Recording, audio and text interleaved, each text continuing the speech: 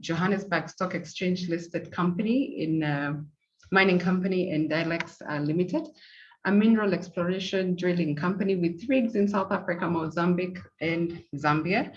Prior to that, he's provided advisory services on various petroleum projects on upstream, mid, and downstream ventures in the country as well as in the region.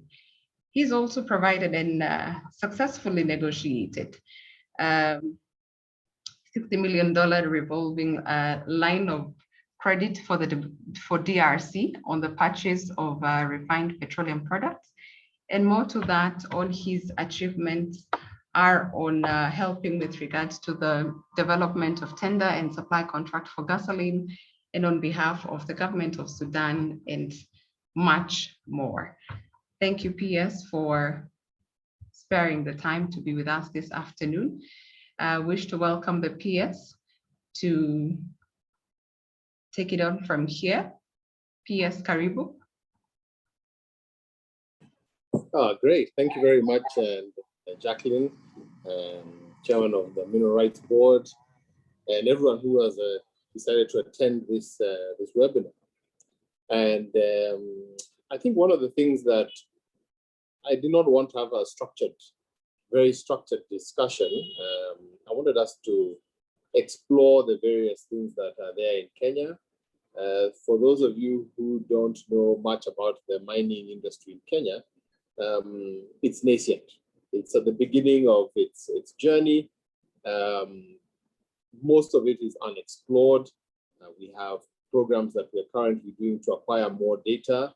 But like they say in the mining sector, the artisanal miner is probably the best geologists you will find out there, because once they know that there is minerals, that's on the back of that, we can have more meaningful and large-scale mining. But like every country that's beginning its journey, we have our problems, of course. We have to put in a law that works for everybody, for the miners, for artisanal miners, for the government, in terms of revenue, and for the investor. And these are the things that we are trying to do now, put in place. It's usually a long journey, so it's not going to happen overnight. But we want to work together with the investors and the community to find the best possible way. In the early days, those of you who've been in mining for some time will remember, all the shareholder wanted from you is to be able to extract the oil or the mineral from the ground in the most efficient and cost-effective manner. The environment was not an issue. Communities were not an issue. But now, being a mining house comes with its own challenges. I remember when they first introduced the sustainability report that came as an addendum to the financial report, especially for publicly listed mining houses. We weren't sure what it is that was supposed to be there. But as time has gone on, we found that it's like future-proofing your business. So you also have to think about those issues that are there. And now, recently, we also have to think about ESG when it comes to fundraising as industry. And as government, we also have to consider ESG when we put together our laws and regulations. Some people think that it's tedious to have to think about all those things. But like I said at the beginning, this is future-proofing your business. You are not here for the short term, but for the much longer term. And so all these conditions have to put in place. So I think where we wanted to structure this discussion today is, I'll finish my opening remarks, and then Stephen Kuria, our chairman, would then make a presentation, and then we would have a Q&A so that it's more interactive. And instead of just hearing us blowing our own horn and telling you what our issues are, we get to hear what your issues are. And from that, we can make our industry stronger and make Kenya a better investment destination. So Jacqueline, that's my 2 cents worth. Thank you. Thank you very much, PS, for your opening remarks. Now I wish to welcome the Chairman of the Mineral Rights Board, Stephen Kuria. Chairman.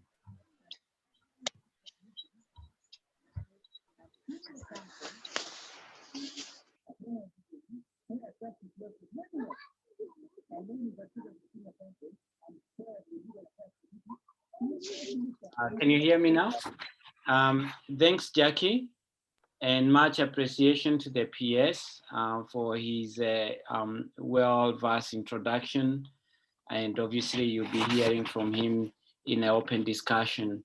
For me, I just want to set up the stage so you can see some areas which we can have that conversation from globally to locally. And some of you will be asking, why is the industry where it is? Why are we not moving fast? So I just want to highlight some of those areas as we move forward. So with that, I'll just start globally. What we see in the world is that mining has not had any disruption due to COVID. This include Kenya. If you look at the statistics from KBS, is that we have continued to perform pretty well during this time, also COVID time.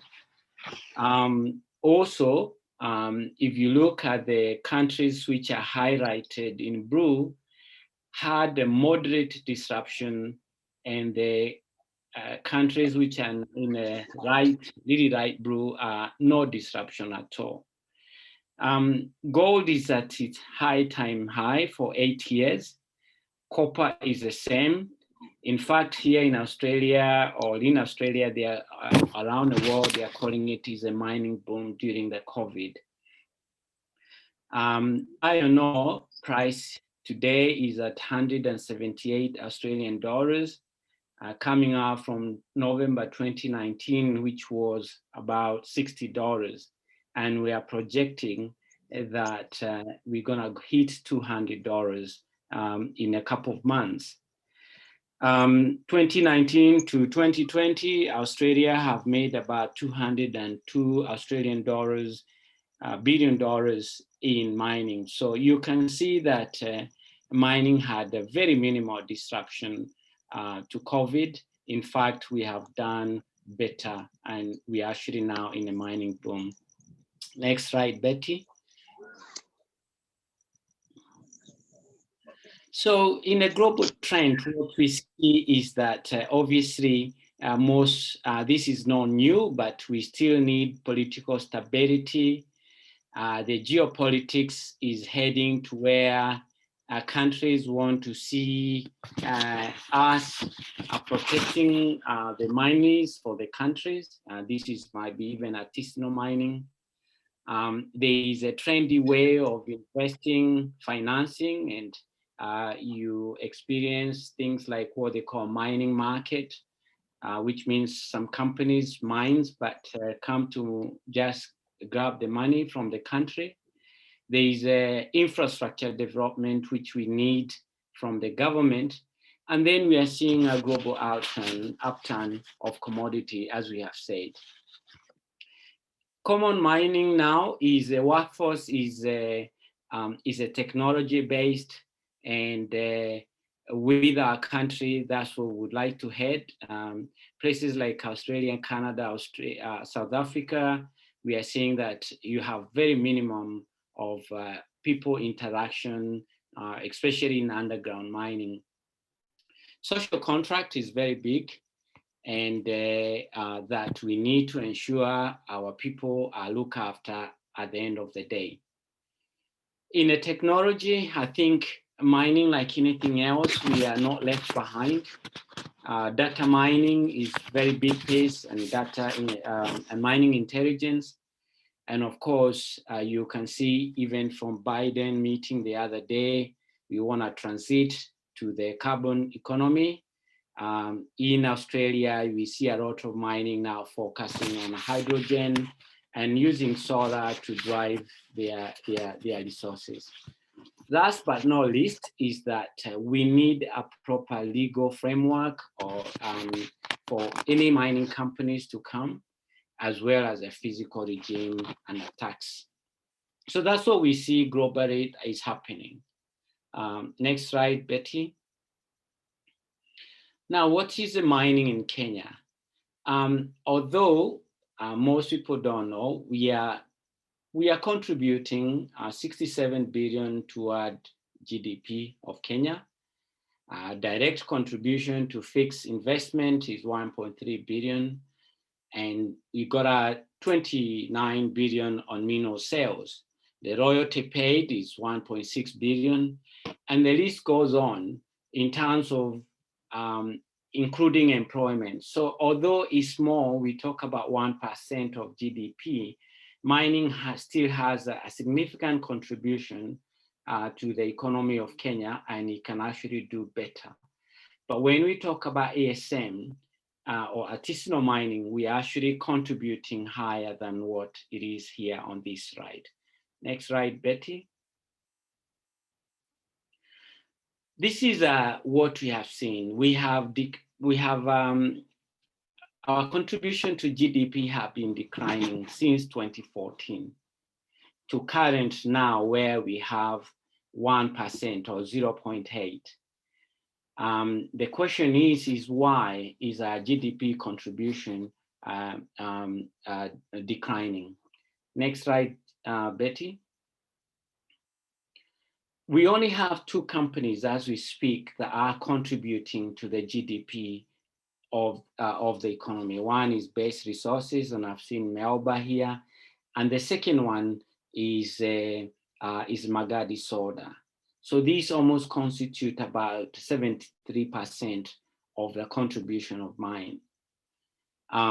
We know Kirimapesa was under care maintenance. I've seen Jason here, and Karebe Mining have now come back. Next slide, Betty. Also globally, this is what they call the Fraser survey, which is measure all the measures for mining. We have been declining since 2013. In the last 2017, when we are ranked, we are number 90 out of 91, basically meaning that we are almost to the end to where they stop producing this survey because of lack of data. That is in 2018, 2019, we have not had this survey. Next slide. So why contribution for GDP to the growth of GDP declining? Next slide, Betty. These are the common issues that we have found that are contributing to the declining of the industry.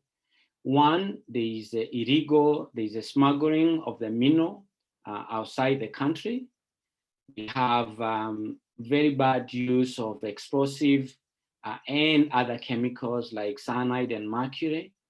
We still don't have areas delineated for artisanal mining.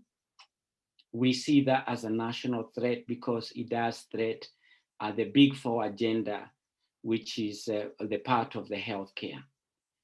Geology, we are actually lacking behind other countries, our neighbor like Tanzania.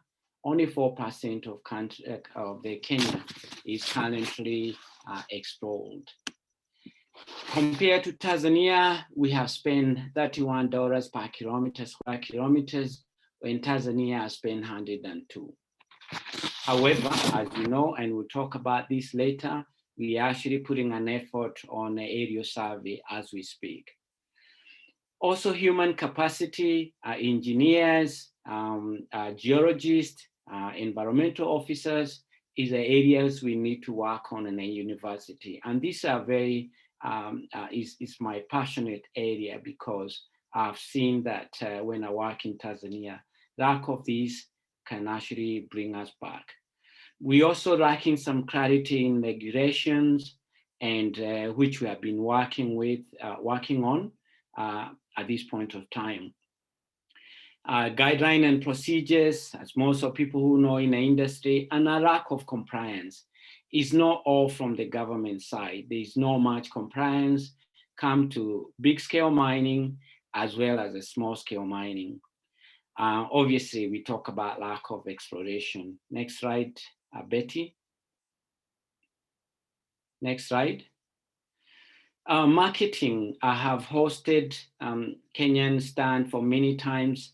I have not seen where we are marketing our product. We have Mino site in Taita, which is PS is working to open value addition. We really need to market our Mino. And most importantly, Kenyans don't consume their own minerals. Only 10% of Kenya mineral is consumed in the country. So hopefully next time I want to see someone wearing Savorite from Taveta. Obviously the funding in the ministry, also infrastructure. As you know, most mines want to have an infrastructure, availability of railways. And we saw these were affecting places like Magadi, as well as affecting Frostbar in Kerio Valley. Environmental is an issue. Come from Kuria, I come from Vika side, and I know you see open holes all around. The other thing which we've been working very hard, and I've seen Melba here, is gender. In Awake, he's trying to do his best there, but even the using of child labor and women being disadvantaged in the industry. Lastly is a health and safety issue. This is also an area I see a big problem. We do kill a lot of people in the site, and is an area we want to address. And the new PS have been addressing this matter straight away. Next slide. So next slide. So what is Kenyan potential? If you look at this map here, it's got to show you that the biggest hub in the world for mining are all outside the country, Africa, except Johannesburg. You can see how much money is moving around those places. Now, I have a lot of miners who tell me they would rather be in Nairobi than Johannesburg. So we have opportunity where we can actually have Kenya as a mining hub. We have talent, we are building roads, and we have very well-versed, educated people, as well as in IT and other areas. Next slide. Next slide, Betty. We're also seeing that the potential of crossing this GDP to 11% now is 10%.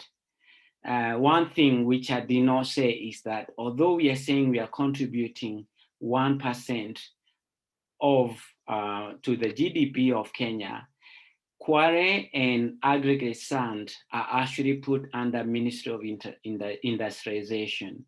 In any countries, those actually belong to the mining.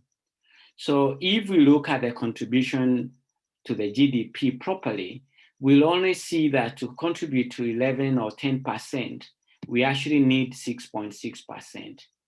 And this is very easy. If you look at if base and Magadi Soda contribute 1%, we only need 4 other bases or 6 other bases plus ASM mining to contribute 6% of the GDP. So with the proper regulation, physical regime, and also looking after ASM because of the smuggling of gold and gemstone that is actually traded in the country, we can cross this gap very quickly. Next slide. So what do we need to do differently? That's a question. We are actually looking at a reviewing of the Mining Act, the policies and regulations. We have 13 regulations, but we want to complete those regulations.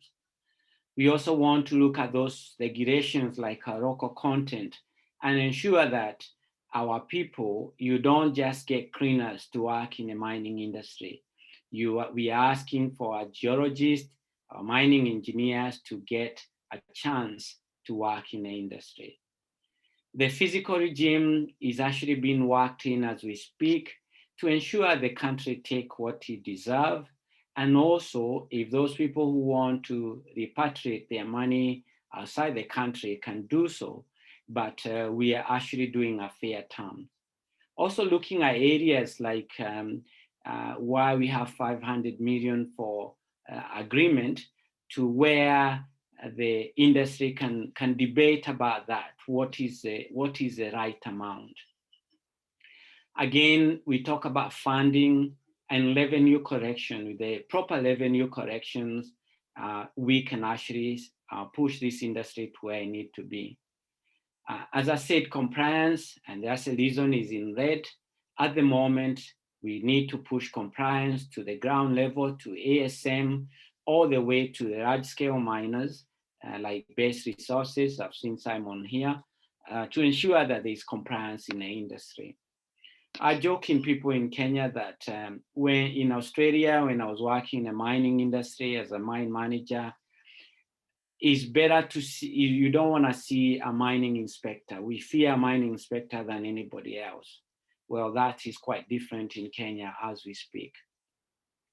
The last two is geological information. This is, we are clearly working on very well. We should be able to get geodata sometime soon, possibly after June. Again, working with our university, creating center of excellence and ensuring that the mining engineers are not just trained with the books, that they have capacity to go to the industry and get an experience before they graduate. So we know that they are well seasoned. As well, just finalizing on that, is also to do a 20 years mining strategy. We know that McKinsey attempted to do this, but it has never been done. To align with our Vision 2030. If you look at Vision 2030, everything there, mining has a contribution in it. If you look at manufacturing, you cannot do manufacturing without mining. If you look at food security, we have a prospect in the western part of Kenya. We also look at the healthcare, reduction of mercury, and all the other areas that are in Big Four agenda, which include manufacturing as well. Last slide.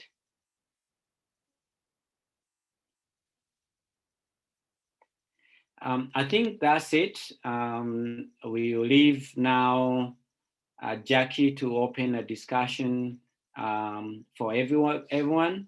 I think I'll leave it there. Back to you, Jackie.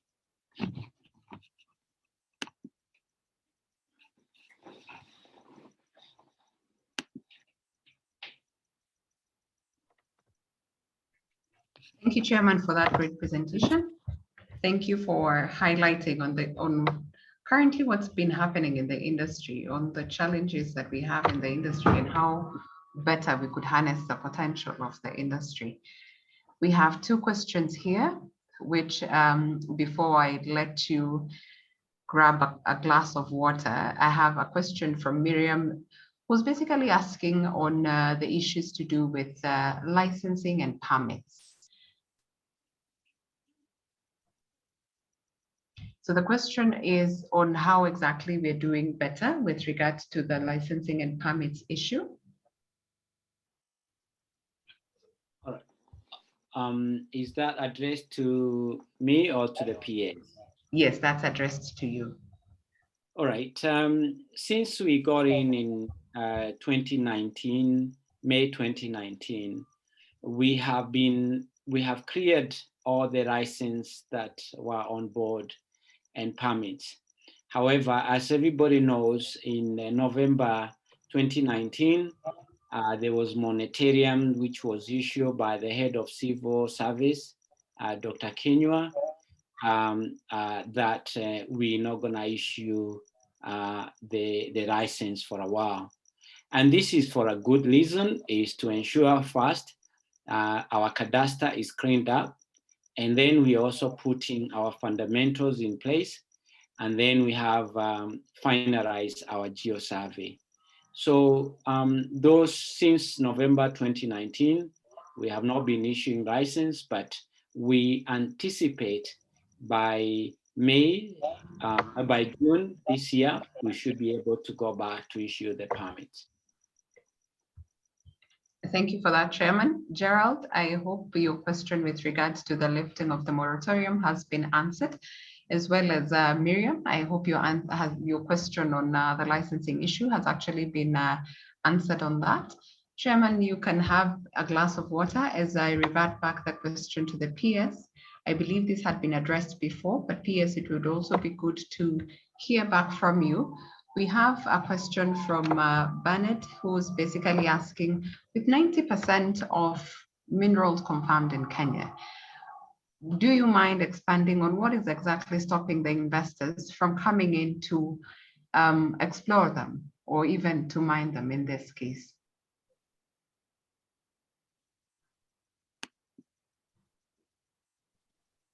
Thanks, Jackie. I think the chairman gave a very comprehensive list of the things. Maybe you can take us back to that list from the presentation. I think it was something like 10 different factors. So maybe you can just take us back to that. Maybe Donald was not on the call by then. Yeah. I'll take us back. Yeah, so these were the things that the chairman, I mean, I think he'd be better placed to put them, but I'm happy to just highlight some of them. I think the most important thing is that data. We just don't have data. If you see, we have only 4% of the country is currently explored, although we are currently doing our airborne survey now, which is the beginning, the first part of it. So we it means photographing the entire country from low altitude, and then using special kind of lenses to gather data. And then from that, you have an idea of generally what is within the country. I think data is the most important thing. And the chairman did mention it in his last slide, that geological data is one of the issues. The other issue is what we spoke about in the last question is, what does the licensing regime look like? How easy is it to get that done? And one of the things that we've been talking about, especially in the petroleum sector, is transparency in licensing. And the chairman and I have spoken about this, is to try and make it as easy as possible, as transparent as possible. So you have your list.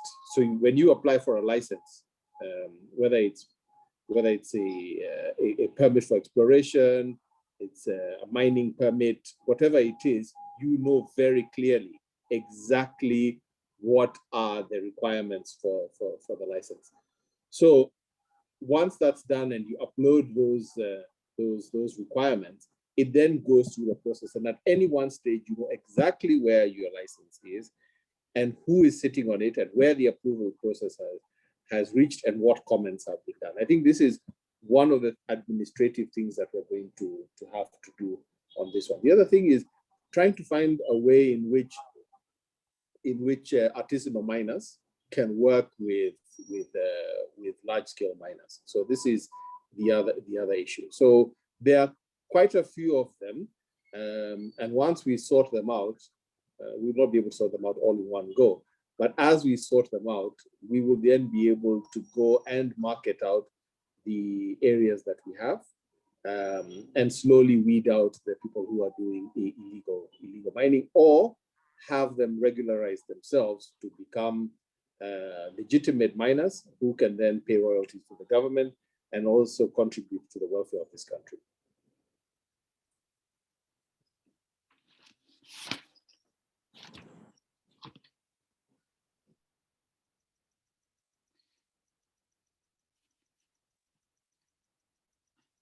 Jackie?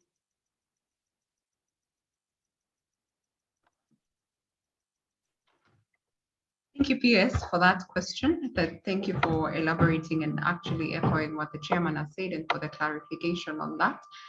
I have a couple of questions that are currently streaming in. Thank you, everyone, for the questions. Is the last part, PS, is a question from Ronald Njoroge, who's currently asking, what are the figures on the mineral sector for 2020 with regards to COVID, and how has COVID affected the sector's exports?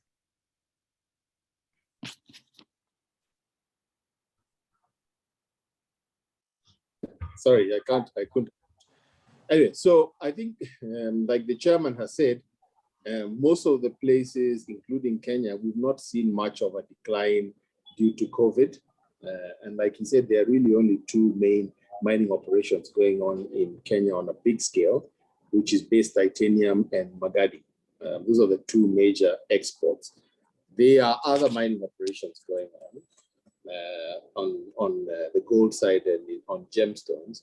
I was in Voi last week, and from that, okay, you can see that there is some decline in gemstone mining because the restrictions of movement. But on the whole, the decline has been imperceptible.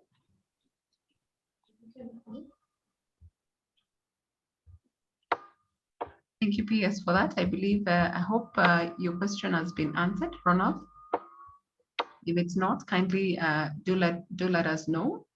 Chairman, I wish to take this question to you. It's with regards to artisanal miners. One is, I have Ndago from Kilima Pesa, who's asking, what are the estimated figures on the contribution on the small scale gold miners in terms of what they inject to the economy? Thank you, Jackie, for that question. I think the figures have been put by McKinsey when they did their last report. And if I'm correct, was about something like 30 million USD. However, that's just a tip in the iceberg. We believe most of Kenyan minerals is actually smuggled out of the country. Especially gold, and as a PS have said, gemstone in Tanzania, from Kenya to Tanzania. A lot of that happened because we are not really forcing compliance. Also, we have illegal Chinese and Sri Lankans sitting in Taita Taveta who are willing to buy high price than our local people. So that's the areas we are trying to cross the gap. But so that figure cannot be defined until we have formalized and delineated areas for artisanal miners. And that's where area what we are really working on to ensure that they become formal, so we can be able to track what's the real sense. And so, Sorry, Chairman, we lost you in the last part of your comments. I was just saying that, so we are working on a formalization of the artisanal miners, and that's the only time you can really measure what their contribution to the GDP. Okay, thank you for that. Ed Ndirango, I hope your question with regards to how the ASM community can be considered on securing the mineral rights on that has been answered, because I believe the first step is to start with the delineation of the areas for that. And then now we can move on to the issue on the licensing and the permits. But do let us know if your question has not been answered. We can also revert back to the chairman as well as the PS on that. Next question, I wish to take this back to the PS on the geological survey. I have Ronald, who's more or less asking on when the geological survey will begin and when will it be completed. PS. Thank you. So the study has already begun, and I think we're almost more than 50% there, and should be finished before the end.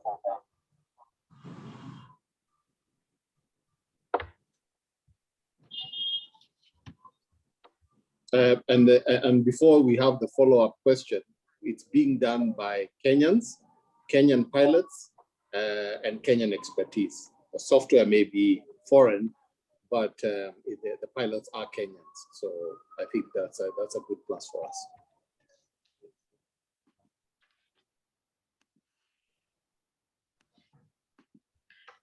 Thank you, PS, for that. There's also another question I wish to combine with that from geologist Hilary, who's saying that we have a geological data within government, but the geologists in the Ministry of Water, Energy, and Petroleum and Mining need a platform or a one-stop shop to reposit, compile, and refine through constant updating. I believe that Hilary was making a comment, not really a question. Yeah, so, it's a misnomer. We don't have data. The data we have is very little. We have petroleum data at the National Data Center, which is at National Oil Corporation.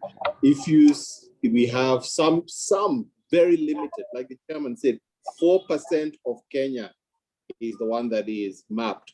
So that is really insignificant. So this data is not available. Our job is to continue to collect data as a country, and also to collect data, core data, from people who have come, done some exploration, and then relinquish that data back to the government. Because there's no useless data. There's no useless geological data. So the structures exist where we have the data. The problem is we don't have enough of it. Thank you, PS, for that. Chairman, I have a question from Miriam Mimo, who's asking, when will we start to see the improvement of the online cadastre? And when will we see the completion of the national? I believe that the PS has already addressed that with regards to the geophysical data, but maybe you can talk more about the improvement of the online cadastre. I know you've already addressed this. Yeah, thank you, Jackie, and thanks, Mimo. As a PS have just said, transparency is a key. First of all, we are doing, during this monitoring time, we are doing what we call data cleanup. We need to clean up the cadastre. As we speak, and a lot of people come to me and say, look, we put application and they take 120 days and we don't see it at the other end. And I turn around and I said, almost 70% of the application we see in a mining cadastre are either incomplete or have expired. So first of all, we need to clear those licenses which are incomplete and the one have expired. The second thing is to now upgrade our system, because we need it to work as a modern cadastre as we saw it in South Africa, where that it does not necessarily take blank documents, is able to recognize, have intelligence to recognize the right document. So those are things we are working on, but we believe, as a PhD said, that we should beat moratorium. Before the moratorium is lifted, the cadastre should be cleaned up when we are working with the PS. I believe we have the right team on board now. Thank you, Chairman, for that. Maybe before I let you leave, with regards, as your position as a chairman, how many licenses are pending since the moratorium? And secondly, what is the opportunity cost on freezing? That is a question from David. That's a very interesting question. I can't mention off the top of my head how many licenses were put in since moratorium, but I believe there should not be any license put in after moratorium, because that's the head of civil service saying, let's stop now and clean up our act. So there should be no any license that are put in there. The second question, Jackie, I forgot there was a second part of the question. It's what is the opportunity cost of this freeze? Or rather, what is the opportunity cost of the moratorium? I'm based in corporate finance, and I believe if you bring the wrong data, you ship the wrong data out. If you look at the opportunity cost is stopping the industry now. As the PSC said, there is 4 key areas which international and investors look at. 1 is geodata, 2 is a physical regime, 3 is the non-commercial risk, which is political stability and others. And the third, the people also look at the area of capital infrastructure. And the last and most important is a legal regime, your legal framework. Cadastre sits on our legal framework. We must make sure it's transparent, it's working well according to what it was intended during the Mining Act. So when you put opportunity cost of cleaning this and versus having licenses which comes in and sit for more than 90 days because they're incomplete, I think we are heading in the right direction. First, you stop everything and you say, let me clean the house and ensure the house is clean before I invite people to come to my house. In a layman term.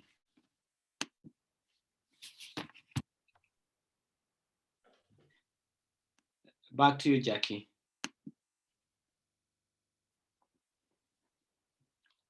Thank you, Chairman, for that. Thank you for addressing that. I believe that has been addressed. PS, I have a question from Stella, who's asking, it's a question with regards to capacity building and what exactly your ministry can do on that. Her question is, she believes that currently there are lots of mining graduates who are ready to utilize their skills, and mostly from Taita Taveta University in JKUAT. Can we get space to use our skills? Is there a way that the ministry can advocate for local engineers? PS?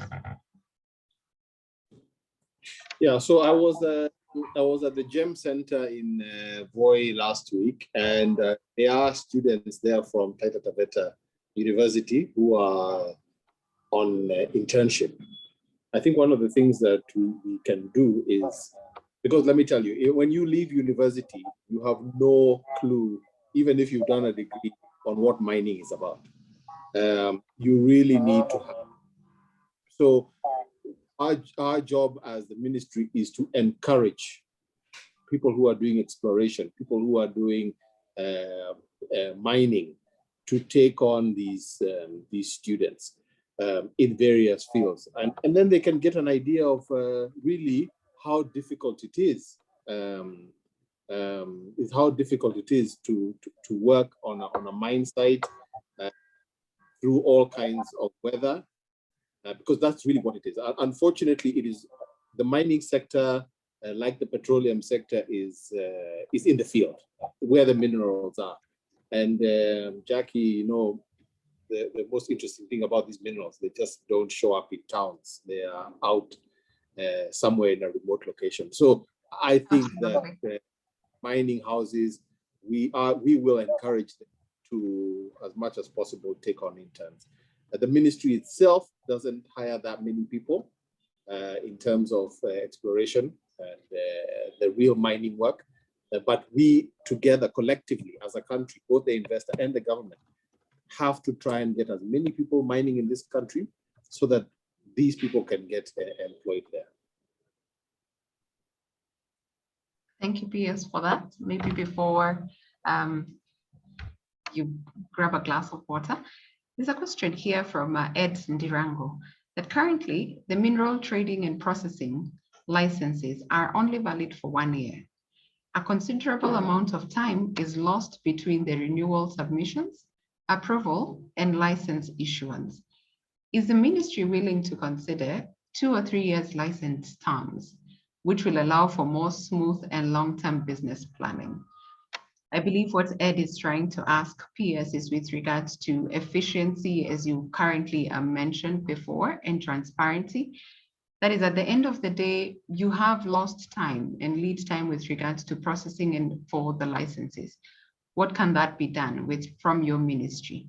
Can you consider 2 or 3 license terms for purposes of allowing a smooth and long-term business planning? Yeah, we have to consider it, but I think, like the chairman said also, the transparent and digital process has to be the way to go about it. And I think some of the delays are not just only from the government point of view, is that some of the people who apply do not provide all the information that they need. And so a lot of due diligence time has to also be taken care of. But when we go to the digital point of view, there will be no applications that will be accepted without the total package being there and all the information completed. Yeah, but we're happy to look at 3 years, 2 to 3 years. Okay, thank you for that. Stella, it's great to have you on this side. It's great to have you on the call. And Stella Opakas, and Stella is asking, how do counties address people carrying out activities in counties where the mining cadastre indicate that their licenses have been expired? Chairman, how do the counties address people carrying out activities in the counties where the mining cadastre indicates that their licenses have been expired? Thank you, Jackie. First, I want to also support the PS on a question which was asked about the capacity building. I've had myriad conversation with Ndegwa from Taveta University in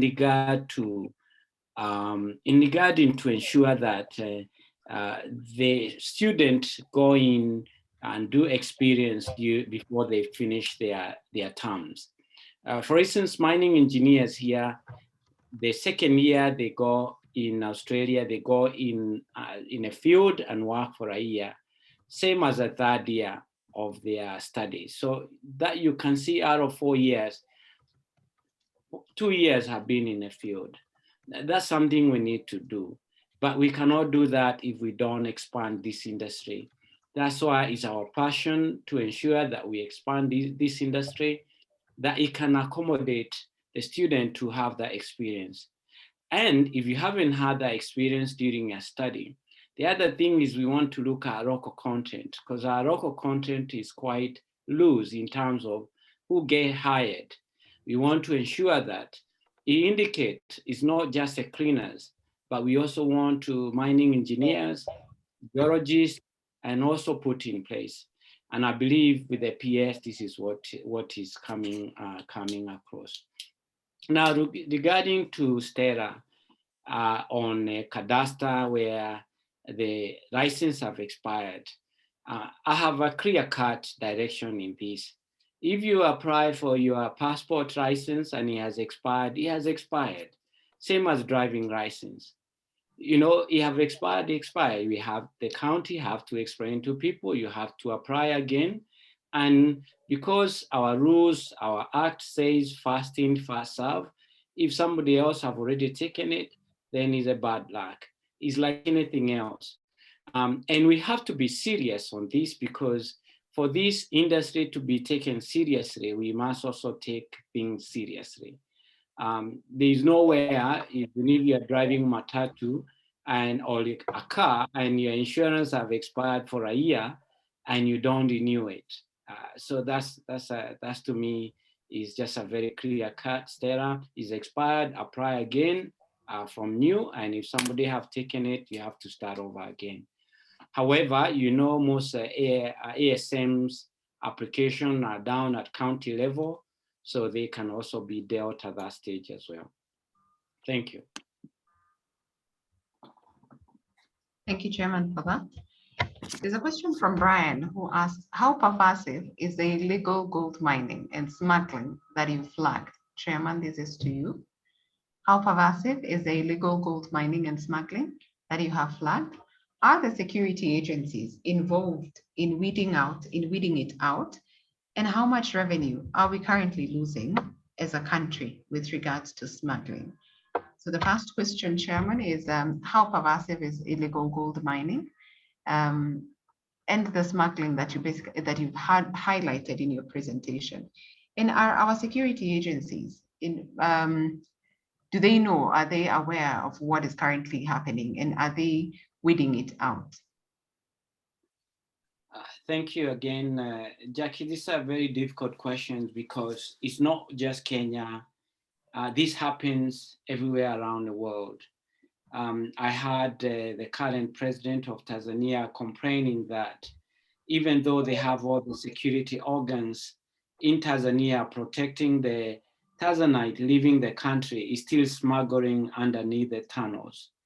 So it is smuggling is a country collaborative effort, and it needs to be Kenya, Uganda, Tanzania, and all our neighbors, because you'll find that gold come from Congo, come to Kenya, and gold come from Kenya, go to Uganda and Tanzania. So it's a very, very complicated process. So our agency are looking at it, but I don't think we have capacity and we are equipped to do so. In countries like Australia, we have gold police who concentrate directly on the minerals.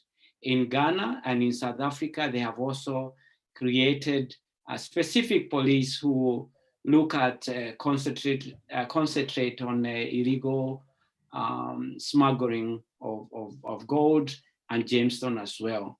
If you go to Tanzania now, you believe that everything is being watched with a very keen eye about smuggling.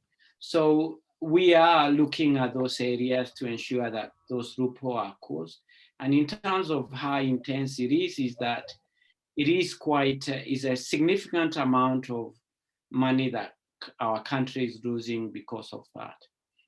The other things which we also need to address is that is the root causes of that. Why do people smuggle gold from Kenya to Tanzania or to Uganda?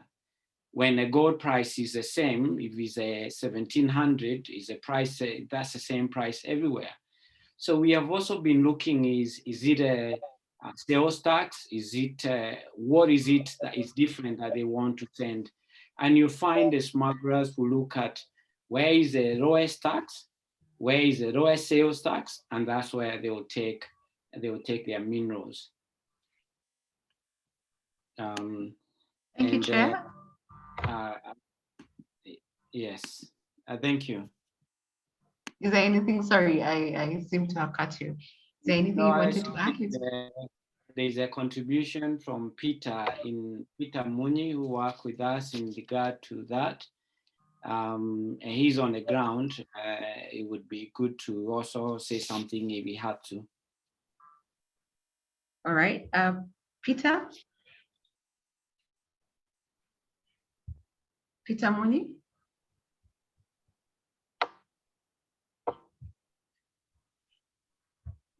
I think he has sent me a message and he said Kakamega alone, gold produced by ASM is about 19 kilos a week. So that's how much we are losing out, being taken to Tanzania and Uganda and other places. Okay. Back to you, Jackie. Yeah. Thank you. There's a question from Collins that is asking if this is with regards to the moratorium. And what Collins is basically asking is once the moratorium is actually lifted, how soon will your board be meeting to address some of the issues? Thank you. The board meets regularly, and because it's not just license we look at, there's other almost 9 areas which you look at, and we are prepared. By the time we open moratorium, we are ready to start clearing any license that comes. At the moment, we have nothing on the table except the renewals which we are working on.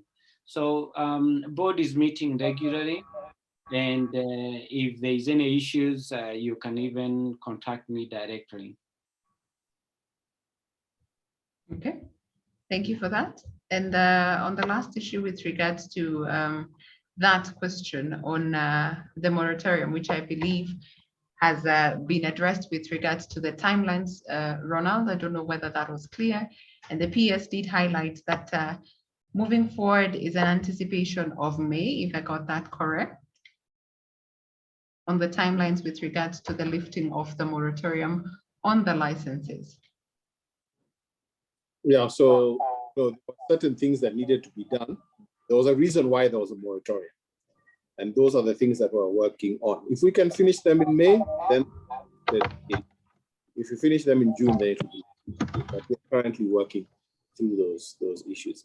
And I think, like the chairman and I have said, this transparency that will be there will make it very difficult for people who just want to play around. Because at the end of the day, it harms all of us. It's just not tenable to developing a serious mining industry. Okay. Thank you, PS, for that. There's a question from Dago Kilima Pesa, and he asks, have you considered a tax break to investors who wish to invest in mining? Has your ministry considered a tax break to investors who wish to venture into mining? Tax is not an issue for petroleum and mining. That is an issue for the National Treasury. It's up to the mining house to come and make their presentation as to why they require a tax break. Tax breaks are not given out willy-nilly. You have to come, say why, how many jobs are you creating directly, how much are you going to invest, what are the things that we are going to gain for foregoing our tax. So it's not a one size fits all. You have to come and explain what it is that you are providing the people of this country so that you are subject to a tax break. Okay, thank you for that. And finally, as we conclude on our very enlightening webinar this evening, I hope your questions have been responded. Chairman, I have a question directed to you. This is with regards to capacity building. I know you have addressed this before, but Tom Kennedy and Felso, their question is, what institutions are missing and what technical skills are in high demand and are not available locally? Well, I'll start globally. At the moment, we are looking for geologists who can be practically do something here at this point of time. If you look at in Australia, South Africa, mainly Australia and Canada now. So the mining skills are highly needed, but I'll put a caveat again. You know, in the Western world or in this highly mined country, as the PS have said, mining is not mined in Nairobi. Is mine in dirty places. Experience people are looking is a practical experience. And some people say this is a catch-22 because I need experience so that it's like anything else. So the more you can even donate your time or whatever to get experience in a mine site, the better. Talking about mine site, most people think they have to go to Base Resources or go to Shanta Gold or one of it. You don't have to. You can have experience in a quarry, in a pit. You can have experience in other areas, Magadi Soda. We have cement, East African Portland, and all those places. You can get a good experience from there. So experience is what we are looking. As the question is, what lack of institution and technical capacity is missing in our institution?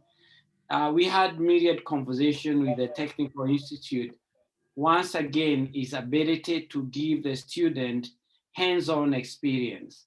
And I can't stress that enough, hands-on experience, because mining is hands-on. It's not about your spreadsheet, and it's not about using simulations. You must start from hands-on. Personally, I started off from truck driving, NIPA, and all those. Until you go up now, you are starting managing people. It gives you a base of what you're gonna be. And if we do get this in Kenya, we'll be in a very good position. Thank you, Chair, for that. There's a question from Ramiz, directed to the PS, and it's with regard to the cadastre system, PS, and he asks whether you've considered extending the cadastre to petroleum for purposes of having one centralized system for the ministry. Unfortunately, the kind of contracts for petroleum are very different from mining contracts. The way the data is very different. We don't have a myriad of blocks. We have about 66 blocks. They are very well regulated, and the terms are on contract basis.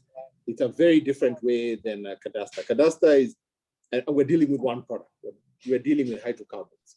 In a cadastre, we're dealing with, in one location, you can have multiple products. You know, you can have a license for gold, but in there you will find also uranium, you will find rare earths and many other things. So it's a little bit more complicated in the mining side than it is on the petroleum side.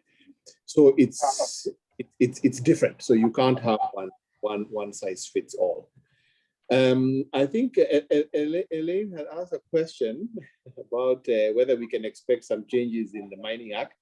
So yes, that discussion is ongoing now, and we are taking stakeholder concerns as to, I mean, the Act came out in 2016. We've had a bit of time to have a look at it. And now what are the experiences? What have been the issues in operationalizing it? Where have the gaps been? So the chair, myself, the team from the ministry, the other mining houses have been quite involved in drafting some amendments.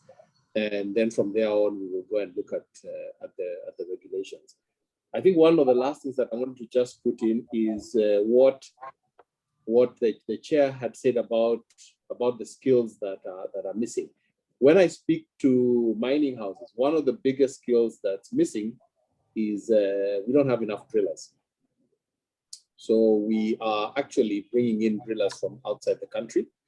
It's not a thing that it's an on-the-job training for drillers. The other thing that is missing, not only for mining, but in general, is people who know how to operate plant. So plant, I mean cranes, earth moving equipment, bulldozers, those sort of things. Plant maintenance people, mechanics. There's a shortage of mechanics in this country. So over and above the geologists, the engineers, the artisanal skill part of it is not only lacking here, but it's lacking around the world. So these are things that we need to think about. Thanks, Jackie. Thanks, PS, for that. And finally, the last question, because I can't see any other question as we wind up with on our webinar, PS, is I have a question asking, how do we address the export processing? Because currently, as miners, they've been facing quite a number of challenges on that. What can they do?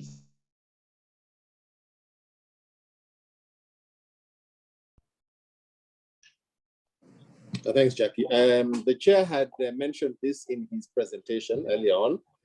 Infrastructure, lack of infrastructure, but it's a chicken and egg. You can't build the infrastructure until you find the mineral. The other thing is access to power. Again, that's an infrastructure issue. Those are the things that we need to consider. I mean, maybe you may not know this, but Australia actually exports most of its iron ore, and it's not processed in Australia. But things like gold, definitely we can do them here, and that's one of the things that we are currently looking at in Kakamega, putting up a gold refinery. And I think once people understand what are the minerals we have here, I have great faith in the entrepreneurial spirit of Kenyans. They will add those added issues. But the first thing we need to find out, especially for gold, coltan, metals like minerals like those, why are people smuggling them out of the country? That's really the question that we need to find out. Why it's happening? Why are they using dangerous processes like mercury? Once we find out those, then we can put remedies in place so that they don't have to do all these things, and they can better the economy of this country. So again, I think it's an infrastructure issue when it comes to major mining operations.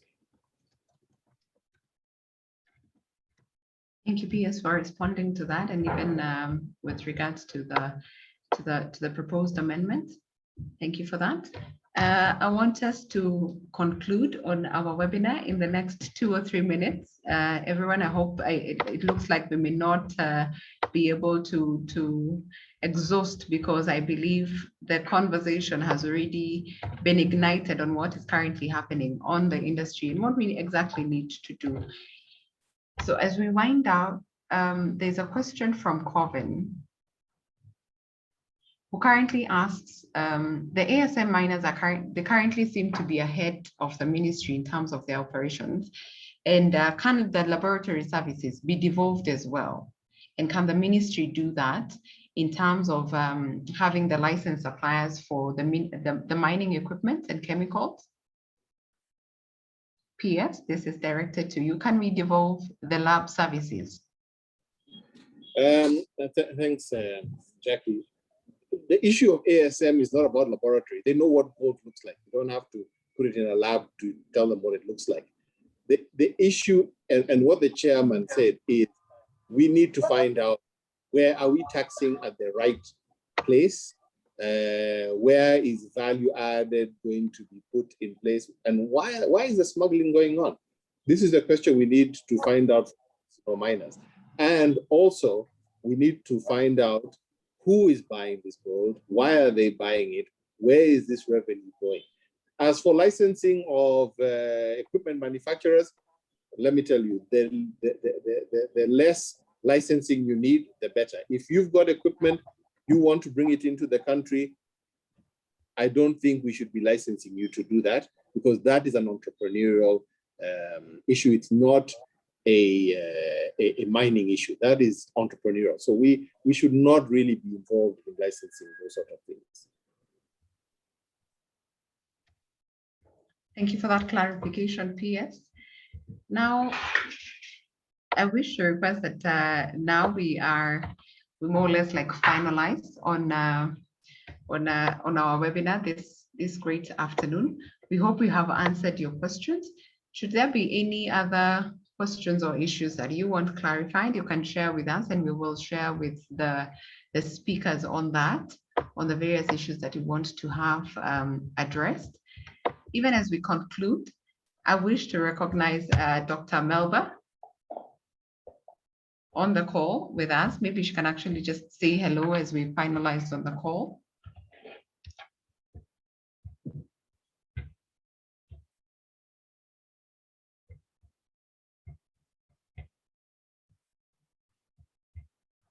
Kindly, Betty, do unmute Dr. Melba.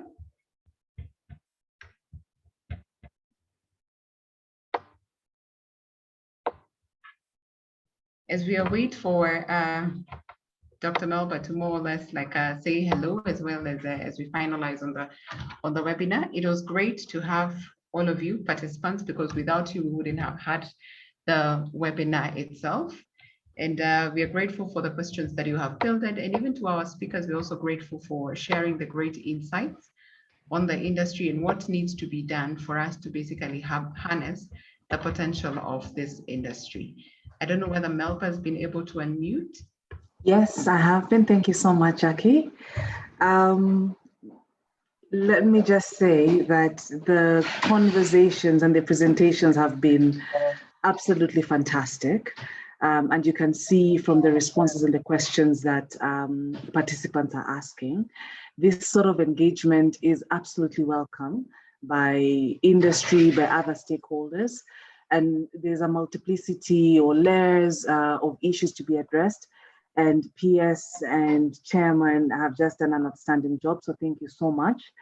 For us as industry, we are looking forward to the next one already, particularly that May, June, when the cadastre is lifted and we can proceed. So thank you so much for this wonderful opportunity, and we look forward to further engagements.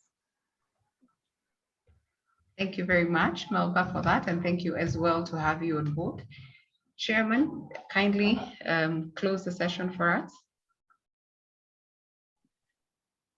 Thank you, Jackie, and thanks, PS, thanks, Melba. And I'm sure the next time we'll have a gender balance. We'll try our best. I know you have said this before, but Jackie is there, and you can hear we have Betty in the background, we have Daniela in the background, so we do have a bit of gender balance, but the next time we'll have them at the front. But one thing I want to say, PS and I, we are very progressive, modern in this time, in this industry. As you see, we have come from outside in, and we are ready to work, and we are ready to be asked a hard question. So long as you're doing the right thing, you're transparent with your process, don't be afraid to send me a message or ask me a question. There's a lot of people have done that, and I'm happy to answer any questions that is asked, whether difficult or not, within my mandate. So I think that's one thing that we are quite lucky to have now. And as we also said, Duke, we have a very short time to ensure that this industry work. 2022 is not far. So we want to make sure that we turn around, we transform this industry for us and for our kids in the future. So that's what make me feel that we have something good happening here. And it makes me feel passionate about this industry. There's a lot, as I said, we can hit more than even 9% to 15% GDP, but we need to do the right thing right. Thank you.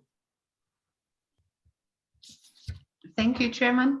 Thank you, everyone, for coming and for attending this webinar. It was great to have you on board, as mentioned before, as well as questions fielded. We will keep you updated on the conversations. Check us out on our social media pages. Let's keep the conversation going, as the chairman has elaborated, as well as the PS. And thank you. And for that, have a great evening.